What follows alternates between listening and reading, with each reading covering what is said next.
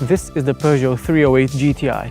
It's the model that signals the automaker's return to form in the performance car segment after such success stories as the 208 GTI and the RCZR. And to figure out just how good it is, we've taken it to the track. So let's get to it.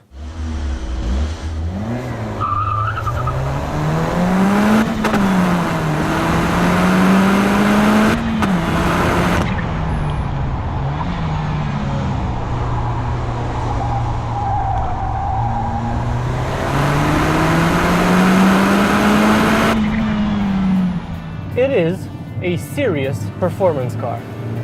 It packs a 1.6-liter engine that develops the best part of 270 horsepower, channeled to the front wheels via a 6-speed manual gearbox and a limited slip differential of the mechanical variety. That means you can power out of corners, no drama at all. This particular car also has the optional brakes, which are some huge-ass rotors on the front, and I've been driving it quite hard on this little track for a while now, and I sense no fade whatsoever.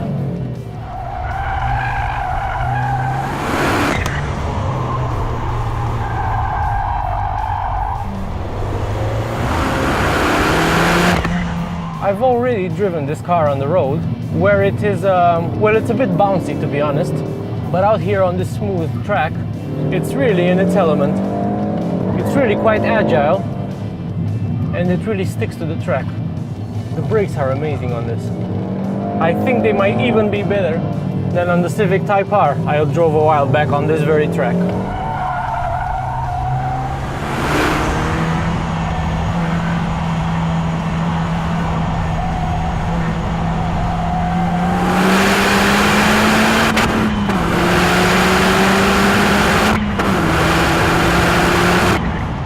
Its cornering behavior is generally quite neutral, but where it really impresses is how it launches itself out of corners thanks to that limited slip differential.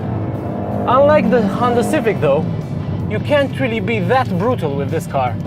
You kind of have to be smooth about driving it, because if you are brutal and steer too much or apply too much throttle, it will understeer quite severely, like this.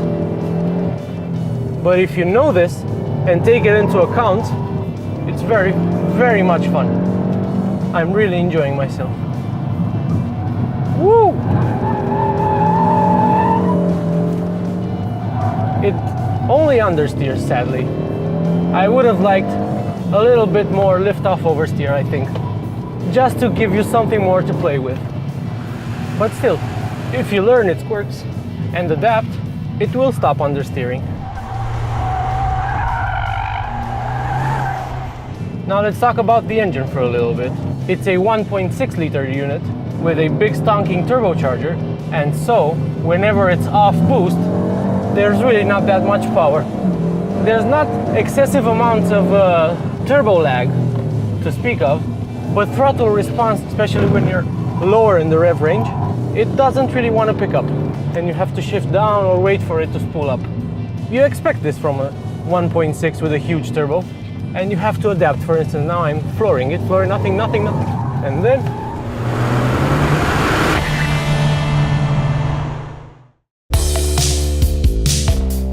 the 308 GTI's interior is nearly identical to that of the regular model. What sets it apart are the excellent sport seats, the sportier steering wheel, the strangely shaped gear knob, and the inexplicable red stitching that isn't fooling anybody. A word of warning about those sporty seats though. They do eat into rear legroom in a car that was already worse off than most rivals in this respect. I did, however, really like the effect created by the perforated leatherette, which is black, and through its tiny holes you can see a red background. That's a nice visual touch in my book. Driving this car on the road yesterday, I thought it was a bit too bouncy for the road, and frankly quite a bit dull when the sport mode is not enabled. And the sport mode kind of makes it a bit too jumpy for the road, I think. I mean, I'd like to access all of the power without making the car feel overly brutal. It is extremely grippy though, I have to give it that. And it just launches itself out of corners. I just love that. And the engine is really good too. It's much more manic than the Civic Type R. More wild. It also has a little bit of torque steer, which the Honda doesn't have, but it also feels very light, and that's because it is light. You can just chuck it into corners. Ah! Chicane! Ah! Right! Really fun car. I love it. It's really good. Much better than I was expecting. So yeah, Peugeot, congratulations on the 308 GTI. Job's a good one.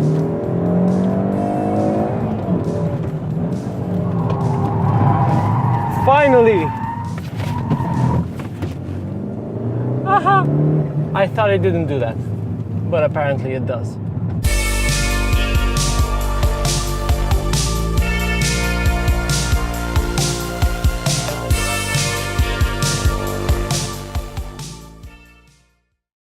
Peugeot a fini produire la voiture horrible.